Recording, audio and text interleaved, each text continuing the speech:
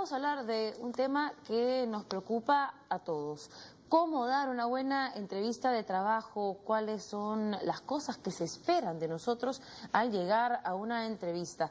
Para responder esta y muchas otras preguntas se encuentra en nuestro estudio Rosario Almenara, vicepresidenta de LHH, una consultora de recursos humanos. ¿Cómo estás? Buenos días. Muchísimas gracias, Alejandra. Definitivamente hoy en día en el mercado laboral el tema de prepararnos para una entrevista de trabajo es central. Y cuando hablo de la preparación significa poder tener toda la información que exista hoy. Hoy los medios físicos y sobre todo los medios virtuales nos ayudan a tener muchísimo acceso a información, nos ayuda a prepararnos, nos ayuda a poder estar muchísimo más preparados en estas entrevistas. Hoy las entrevistas son largas, hoy las entrevistas hay una serie de preguntas que nosotros a veces le llamamos preguntas difíciles y que para ello tenemos que prepararnos, tenemos que estar dispuestos a responder algunas preguntas sensibles y probablemente de mucho interés para la propia compañía. Y hay un punto central también para estas entrevistas, la actitud, es decir, cómo vamos a manejar nuestro lenguaje corporal, cómo vamos a manejar nuestra sonrisa. Definitivamente nos tienen que ver muy positivos, nos tienen que ver hasta cierto punto que somos personas que nos estamos conectando, que nos brillan los ojos. Todo este tema del contacto es sumamente importante y al final es un tema de nuestra imagen. Claro, hay una serie de elementos que son, digamos, los evidentes. Hay que llegar puntual, hay que estar bien acicalado, digamos, dar nuestra mejor presentación externa, hay que mostrarnos con un lenguaje formal, son cosas evidentes. Sin embargo, se puede caer en el exceso, por ejemplo, de formalidad, de la idea de ir a una entrevista y querer dar tanta seriedad que terminamos generando antipatía, por ejemplo. Definitivamente el lugar donde se va a llevar a cabo la entrevista tiene un peso importante, ¿no? Y como dices tú, hay reuniones que también tienes que adaptarte con la identidad o la cultura de la propia compañía. Es decir, hay un tema de cultura de la compañía, hay un tema de costumbres o usos y costumbres de estas compañías, donde tiene que haber un encaje, tiene que haber hasta cierto punto qué tanto nos ven compatibles con esa situación, con ese ambiente de trabajo, con ese entorno. Entonces, hay una parte formal de respeto, una parte de que definitivamente esto es una entrevista, estamos compartiendo información, nos estamos conociendo. Todo lo que digas será usado en tu contra. Pero definitivamente no es un tema en el cual es 100% amical, no es un tema social, es un tema laboral, es un tema profesional. Pero definitivamente este tema de cómo adecuarte al uso y costumbre y los lugares ayuda a que esta compatibilidad pueda ser mayor. Claro. ¿Y cómo puede cambiar, por ejemplo, esa compatibilidad dependiendo de la empresa? Ir a una entrevista en una empresa de publicidad, por ejemplo, debe ser muy distinto que ir a una entrevista de trabajo en una financiera.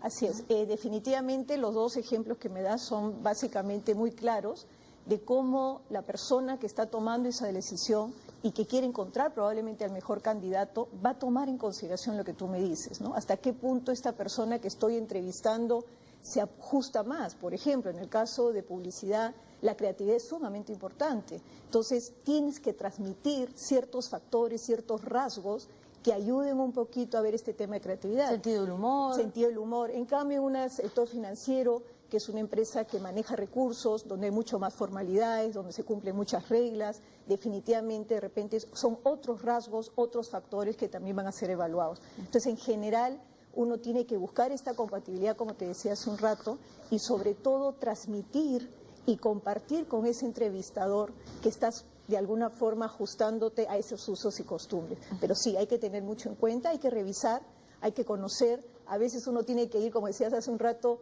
hay que ser puntuales, pero también hay que tratar de identificarse cómo me voy a ver mejor en esa entrevista, con esa persona y para ese fin en particular. Claro. Y hablando de las preguntas difíciles, ¿cuáles son esas preguntas difíciles de las que tenemos que estar preparados? Hay muchísimas. Definitivamente, por ejemplo, para una persona que no está trabajando en ese momento y que de alguna forma le van a preguntar por qué salió de su compañía, es una pregunta difícil. Hay que ser muy claros, muy directos, muy precisos, tiene que ser muy creíble el motivo de tu salida. Hay personas que están trabajando y les preguntan por qué quisieras salir de tu compañía. Y de verdad es difícil tratar de transmitir sobre algo en el cual tú estás trabajando y estás buscando otras posiciones. ¿Qué cosas no deberíamos decir? Por ejemplo, renuncié porque no me gustaba mi jefe, es una respuesta probable, o quiero renunciar porque no me gusta el ambiente laboral. Ese tipo de cosas son respuestas recomendables. Son preguntas difíciles porque son interpretables, o sea, mejor dicho, son respuestas difíciles porque pueden ser interpretables. Es decir, si yo soy un empleador potencial, es decir, que estoy entrevistando a esta persona y me dice, mira, ¿sabes qué? ¿Por qué te quisiera salir de tu compañía? Y ellos te contestan, bueno, porque no estoy contento, porque no me llevo bien con mi jefe, que probablemente son muchas de las respuestas que dan. Y probablemente ¿no? el 80% de las personas tienen problemas con sus jefes, Así es es, normal. ¿no? Y probablemente, como bien sabemos, muchas veces la relación no me dejan crecer en mi carrera, yo ya llegué al tope en mi carrera. Hay que tener siempre bien claro que detrás de esa respuesta haya dos temas que para mí son centrales. Que siempre esté claro que si estoy haciendo el cambio es por un desarrollo profesional, porque quiero ser un mejor profesional, porque de alguna forma lo veo esto alineado a mi carrera, porque es parte de la administración de mi carrera. En lo personal siempre va a haber empatías, me voy a llevar mejor con una persona, me voy a llevar mejor con otra persona, pero dentro de mi experiencia personal y profesional en el tema de recursos humanos, yo creo que toda respuesta tiene que ser más vinculada a mi tema de crecimiento. ¿Por qué? Porque la persona que me va a contratar a mí me tiene que ver como talento, me tiene que ver como que tengo un potencial de que voy a poder dar mucho a esa compañía.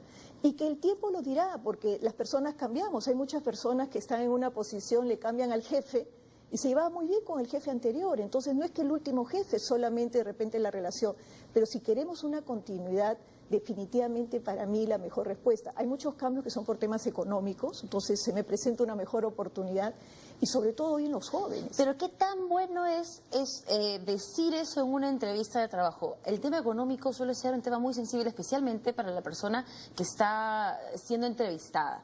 ¿Cómo a veces no te dicen cuánto te van a ofrecer o cuánto ofrece ese puesto hasta después de haber pasado entrevistas psicológicas, exámenes?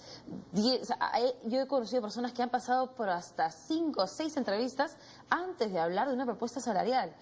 Y eso es cierto, mira, en el tema económico efectivamente hay los dos, digamos, dentro de la experiencia nuestra, ¿no? Hoy es una variable filtro, normalmente te preguntan al inicio de un proceso cuánto quieres ganar o cuánto has estado ganando.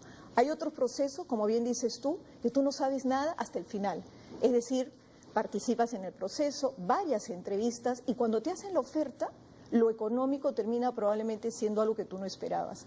Y ahí lo más importante, diría yo, es lo que nosotros le llamamos cómo lograr que este tema económico seamos cada vez visto como una inversión.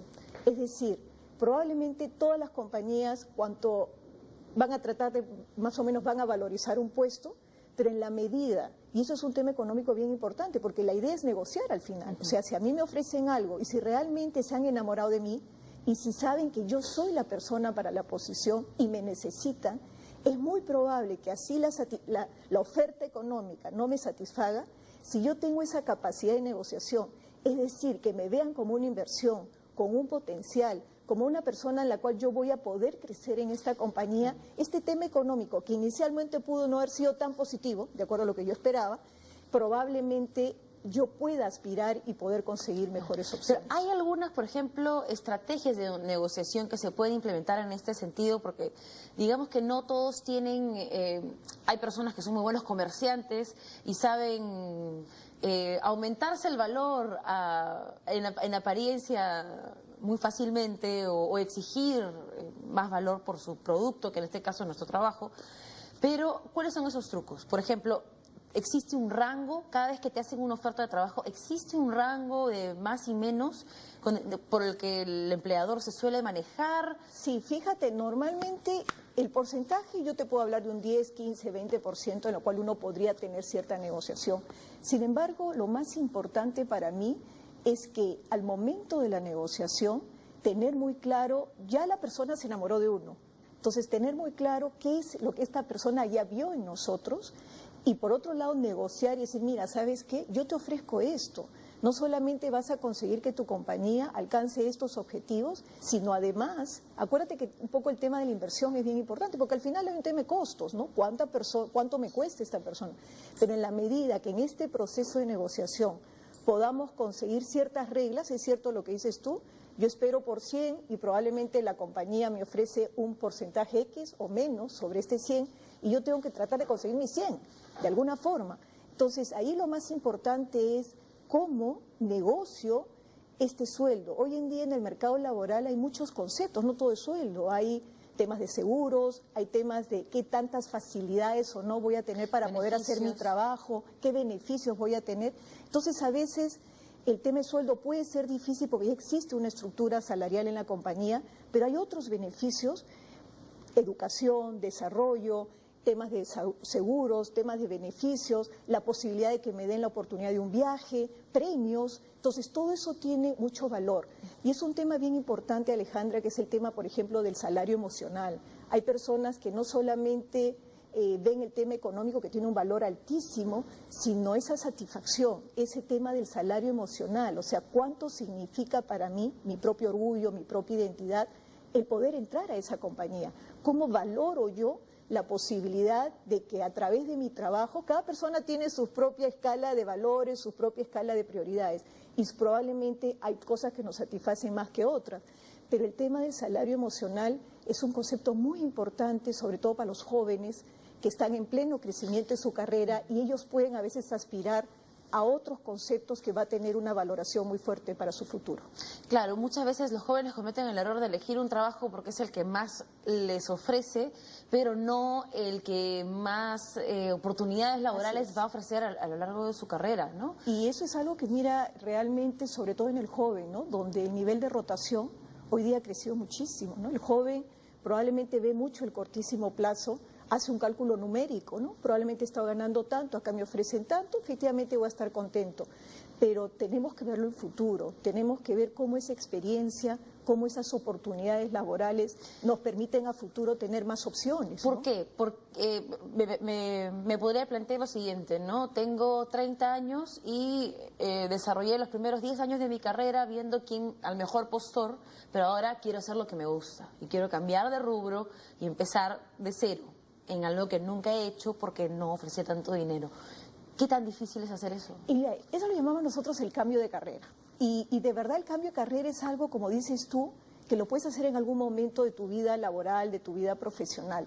No es fácil porque probablemente cuando uno hace un cambio de carrera, que puede ser significativo este cambio de carrera, necesitas de personas que apuesten por uno, ¿no? Porque yo me puedo preparar, inclusive puedo llevar cursos, de tal forma puedo buscar mentores o personas que me pueden ayudar.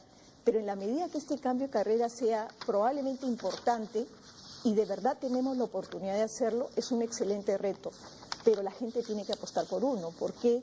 Porque nos tienen que ver en una situación diferente. Él fue muy bueno mientras que estuvo haciendo esta profesión, mientras que estuvo haciendo esta carrera, mientras que estuvo haciendo... Pero esto no es un riesgo. Pero es un riesgo y probablemente este cambio, en la medida que lo consiga y las personas apuesten, y de verdad requiere mucho más preparación, probablemente un poco más de tiempo para este cambio, pero hay que ponérselo como reto, o sea, con los riesgos que esto pueda significar, pero es un reto interesante.